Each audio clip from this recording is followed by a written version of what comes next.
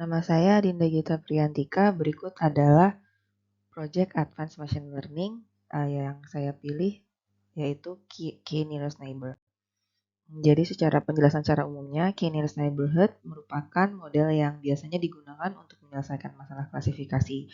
Secara umum, model ini akan mengklasifikasikan data baru berdasarkan jaraknya ke kelompok data training yang sudah memiliki klasifikasinya masing-masing. Penghitungan jarak bisa dilakukan dengan beberapa metode, salah satunya Euclidean distance yang juga akan digunakan pada proyek kali ini. Penentuan klasifikasi suatu titik data baru akan didasarkan dari jenis kelompok data terdekat, di mana K merupakan parameter yang ditentukan oleh pengguna dan menjadi objek optimasi. Berikut adalah visualisasi K Nearest Neighbor. Jadi pertama kali adalah initial data, ada data kelas A, kelas B di sini, lalu akan ada data baru yang ingin diklasifikasikan. Lalu data baru itu akan dihitung jaraknya dari masing-masing semua data yang ada baik kelas A maupun kelas B. Nah, dari semua jarak tersebut akan dicari jarak terdekat dan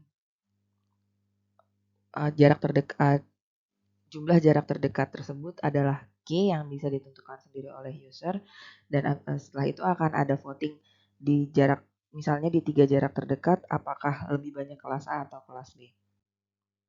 Untuk penjelasan pseudocode-nya, pertama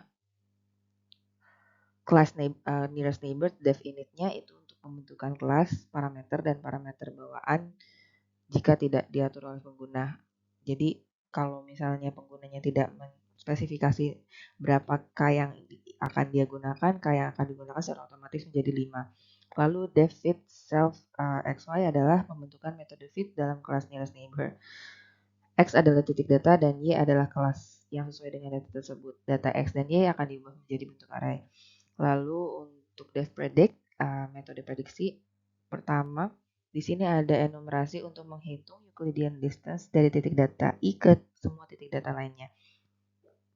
Kemudian semua hasil perhitungan jarak dan jenis kelas dari titik data akan dimasukkan ke dalam list bernama distance.